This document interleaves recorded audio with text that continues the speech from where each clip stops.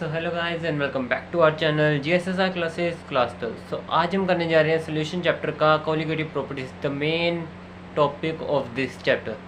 ठीक है, तो करते हैं इस चैप्टर की शुरुआत, इस टॉपिक की शुरुआत। और ये पहली वीडियो हमारे पास होने जा रही है। इस वीडियो को मैं दो पार्ट्स में डिवाइड करूँगा, जिसमें हम इसमें टोटल हमारे पास 4 कॉलिगेटिव प्रॉपर्टीज़ हैं, तो हम दो दो करके 2 वीडियोस में हम ख़त्म कर देंगे इस चैप्टर को, इस टॉपिक को।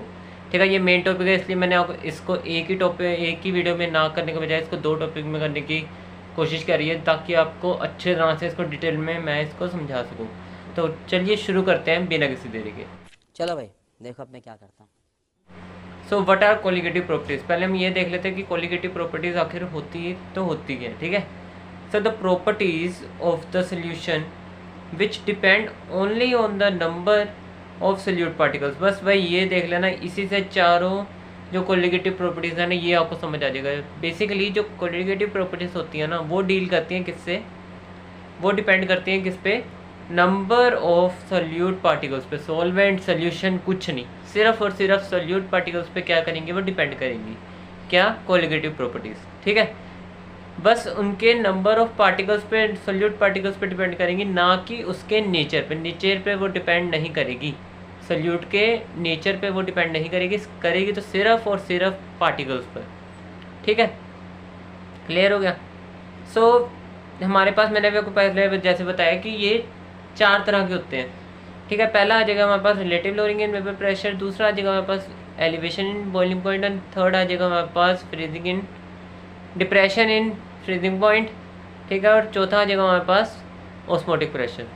ठीक है, तो शुरू करते हैं पहली कॉलिगेटिव प्रॉपर्टी से। जिसने भी अब तक चैनल को सब्सक्राइब नहीं किया, I request you to all to subscribe our channel, जहाँ पर आपको अच्छी से अच्छी वीडियो और अच्छे से अच्छे notes, easy to easy notes देना है मेरे ऊपर है। ठीक है, सब मेरे पे डिपेंड छोड़ दो आप।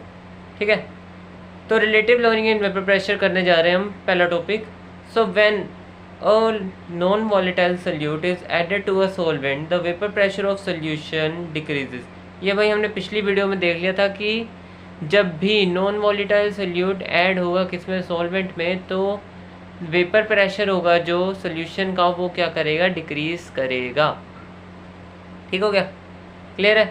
सो एज हमने अभी पहले जो देख लिया है, तो हमने वेपर प्रेशर से डील करना, तो हम प्रेशर का ले लेते हैं। जैसे हमने पी को इक्वल कर दिया किसके, पी ए के, मतलब कि एक कंपोनेंट के इक्वल कर दिया। तो हमने देखा रोल्स लॉ, हमने पिछली वीडियो में देखा, जिसने अभी तक वीडियो नहीं देखी रोल्स लॉ की जाकर देख लेना।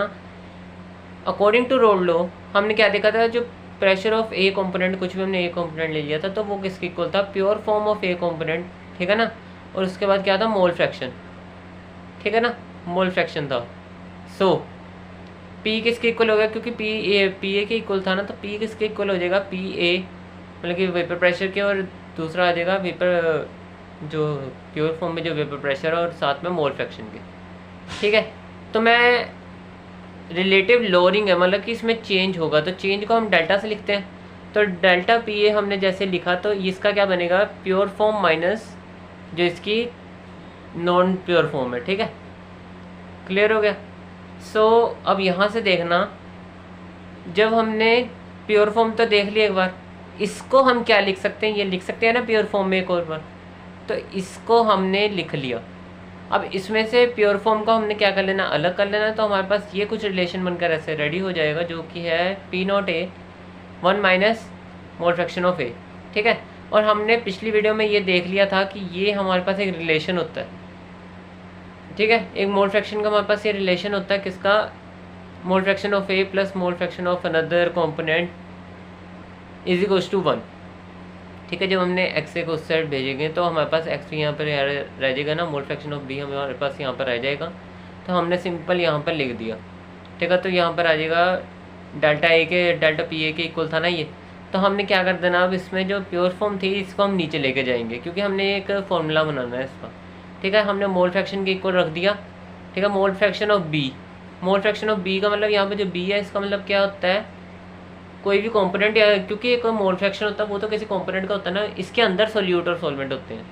ठीक है, तो हमने क्या कर देना है, डेल्टा पी ए अपॉन में पी नोट ए कर दिया। अब इसको खोल देना है, डेल्टा को खोल देना। जब हम डेल्टा को खोलेंगे तो हमारे पास कंडीशन हमें ऊपर पता है। तो हमने ऊपर ये खोल देनी है और यहीं पर हमारा एक फॉर्मूला बनकर क्या हो जाएगा, रेडी हो जाएगा। इसी फॉर्मूले को हम क्या कहते हैं, relative lowering in vapour pressure. ठीक है भाई, देख लो एक बार शुरू से। जिसको भी अभी तक वीडियो अच्छी लग रही है वीडियो को लाइक कर देना, अपने फ्रेंड्स के साथ भी शेयर कर देना और सब्सक्राइब करे बिना मत जाना। ठीक है, बेल आइकन को भी साथ में प्रेस कर देना। ठीक है, क्लियर हो गया।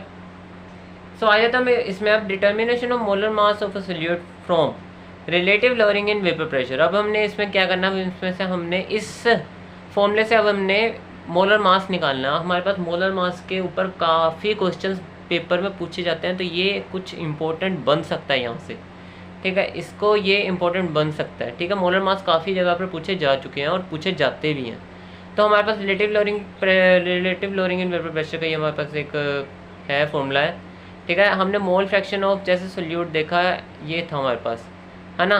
तो हमें पता है कि मोल फ्रैक्शन क्या होता है, नंबर ऑफ मोल्स ऑफ मतलब कि जो हमने कंपोनेंट लिया, जैसे हमने बी का लिया तो हमारे पास number of moles of B आ जाएगा और नीचे क्या आ जाएगा, टोटल नंबर ऑफ मोल्स।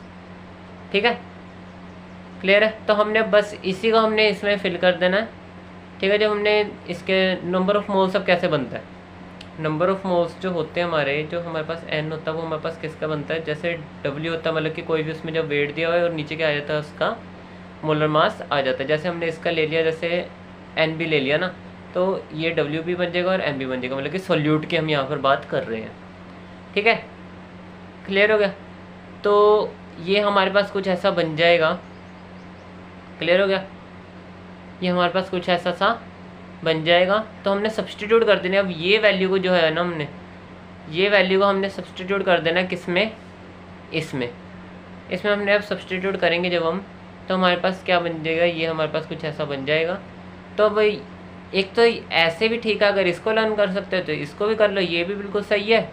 मतलब कि इसी को लर्न करना, क्योंकि ये मेन है। इसमें अगर हम एम बी का अगर ऊपर लेके जाएँ, मोलर मास ऑफ सोल्यूट का अगर हम ऊपर लेके जाएँ और इस पूरे को अगर हम नीचे ले आएँ तो हमारे पास मोलर मास निकल कर रेडी हो जाएगा। तो ये है हमारा फॉर्मूला मेन। ठीक है, तो चलिए इसके ऊपर एक क्वेश्चन कर लेते हैं। ठीक है, ये साथ साथ में एक एक हम क्वेश्चन करके चलेंगे। मैंने एक क्वेश्चन लिख दिया आपके लिए ताकि आपको यहाँ वहाँ से दांत देखना पड़े। A solution is made by dissolving 30 gram of non volatile solute in 90 gram of water.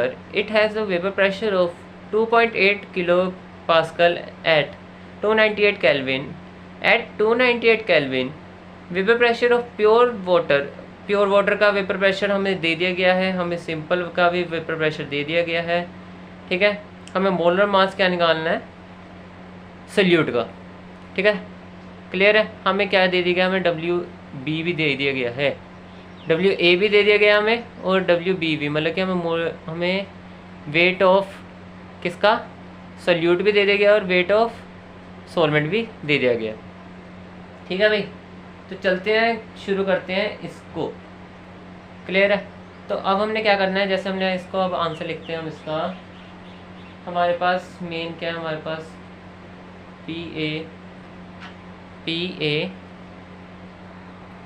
P note ए हमारे पास आ चुका है। पी नोट ए माइनस पी ई है, पी नोट नहीं है, यहाँ पर प्योर फॉर्म नहीं आएगी और यहाँ पर आ जाएगा हमारे पास, नीचे क्या आ जाएगा हमारे पास, प्योर फॉर्म आ जाएगी इसकी। ठीक है, अब ऊपर हमने क्या करना था, हमने एक्स बी के हमें यहाँ पर क्या कर देनी है, फिल कर देनी है। हमने इसमें नीचे लिख दिया एम बी और ऊपर लिख दिया डब्ल्यू ए। ठीक है, इसको दो में ऐसे डिवाइड कर लेते हैं क्योंकि क्वेश्चन थोड़ा सा ऐसे ही जाएगा। ठीक है, हमने देख लिया था हमारे पास डब्ल्यू बी क्या आ गया था, 30 आ गया था। मैं सीधा इसमें फिल कर रहा हूँ, 30 आ गया था। और एम बी हमें क्या दिया गया था, एम बी हमें यहाँ पर दिया गया था, एम बी हमें यहाँ पर फिल करना, मतलब कि इसमें हमें फाइंड आउट करना है। हमें वाटर का पता होना चाहिए। ठीक है, ऑक्सीजन, वाटर का क्या होता है मोलर मास, हाइड्रोजन हमारे पास 2 होते हैं और ऑक्सीजन हमारे पास 1 होता है। ठीक है, तो ऑक्सीजन का मोलर मास क्या होता है 16 और हाइड्रोजन का क्या होता है 1 होता है। तो 2 + 16 क्या हो जाएगा हमारे पास 18 हो जाएगा। तो एम ए की जगह क्या आ जाएगा हमारे पास 18 और डब्ल्यू ए हमें दिया गया, कितना दिया गया हमें 90। ठीक है, अब यहाँ से कटिंग कर लेते हैं 3 और सॉरी 1 एंड 3 आ जाएगा, और 3 और 6 यहीं पर हमने एक तो ख़त्म कर दिया।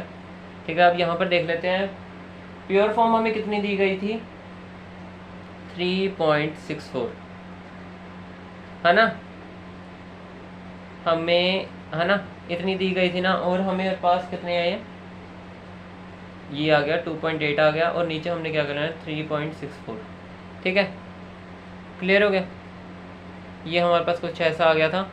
अब इसके बाद हमने अब क्या करना है, हमने इसमें एम भी एक जगह रखेंगे हम, और हमने जब इसको कटिंग करनी है वगैरह कर करके आप कर लेना। ये मैं आपको सिंपल बस एक बता रहा हूँ, इसका मेथड बता रहा हूँ आपको करने का। क्या करना हमने यहाँ पर इसको एटिंग कर कर यहाँ पे हमने 3.64 को हम एक साइड ले गए। ठीक है, क्लियर है, ये आ गया हमारे पास 30 है। ठीक, अब यहाँ पर इसको हमने कर दिया, नीचे का आ गया हमारे पास, नीचे का बचा था 0.84 हमारे पास बचा था। ये हमने देख लिया था कि यहाँ पर ये 1 होकर ये हमारे पास क्या आ गया था, 6 आ गया था हमारे पास। ठीक है, अब हम जब इसकी आप कटिंग करोगे तो इसका आंसर क्या निकलना चाहिए, इसका आंसर हमारे पास क्या निकलना चाहिए, 26 ग्राम पर मोल। 26 ग्राम पर मोल इसका आंसर क्या निकलना चाहिए हमारे पास। ठीक है, ये हमारे पास आंसर निकलना चाहिए। एक बार शुरू से देख लो। ठीक है, एक बार शुरू से देख लो। अब चलते हैं नेक्स्ट कोलिगेटिव प्रॉपर्टी पर, और यहीं पर हमारे पास नेक्स्ट आ चुका है एलिवेशन इन बॉइलिंग पॉइंट। ये हमारे पास सेकंड कोलिगेटिव प्रॉपर्टी है।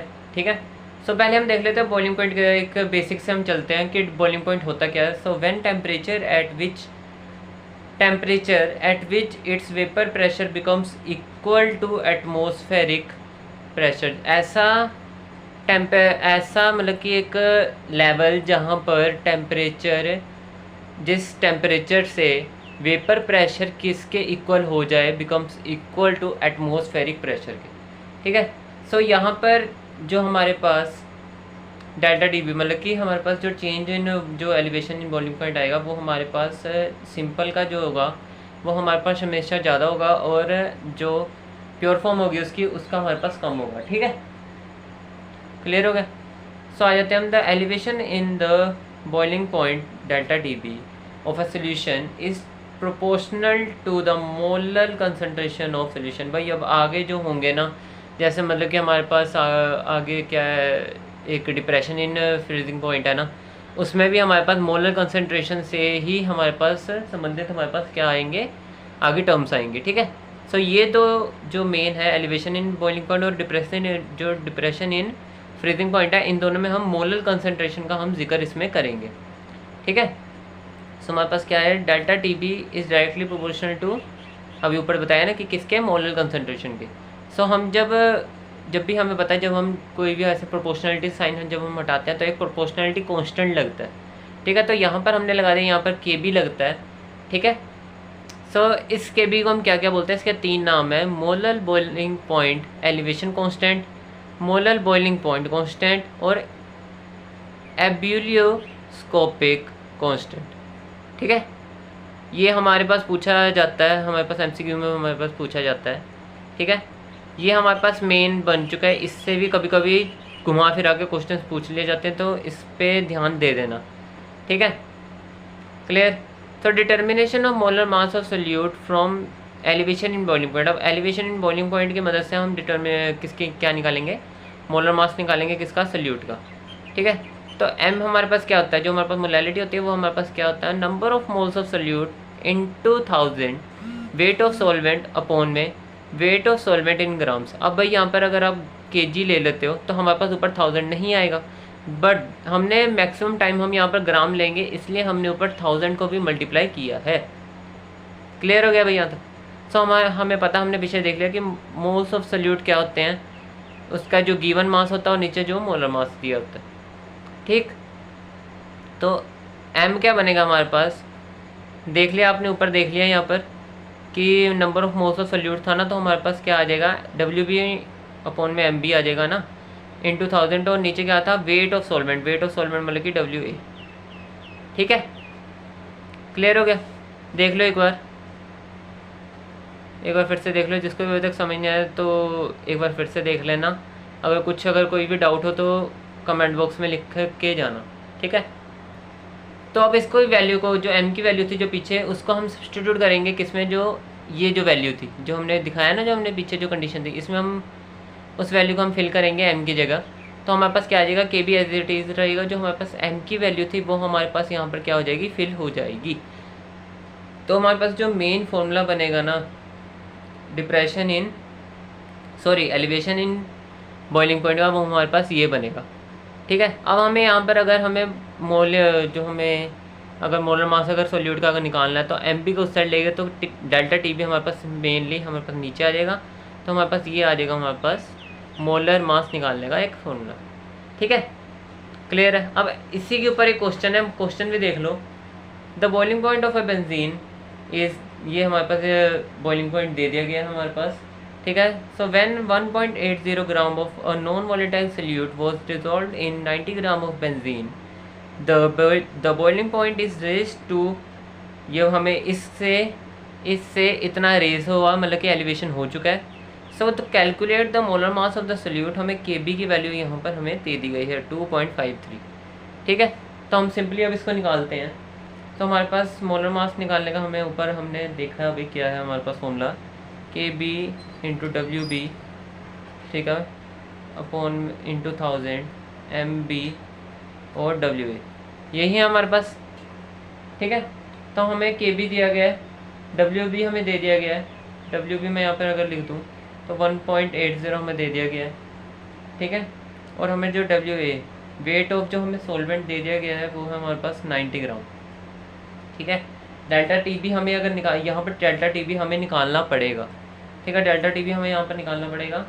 सो एलिवेशन हुआ है ना, तो हमारे पास फॉर्म जो हमारे पास बड़ी टर्म होगी वो यहाँ पर आ जाएगी और 353.23 हमारे पास यहाँ पर आ जाएगा, ठीक है। तो हमारे पास इसका मेन जो बीच में डिफरेंस बचा वो था हमारे पास 0.88 केल्विन का, ठीक है। तो बस हमें सिंपली अब कुछ नहीं करना, हमारे पास सब कुछ दिया गया है।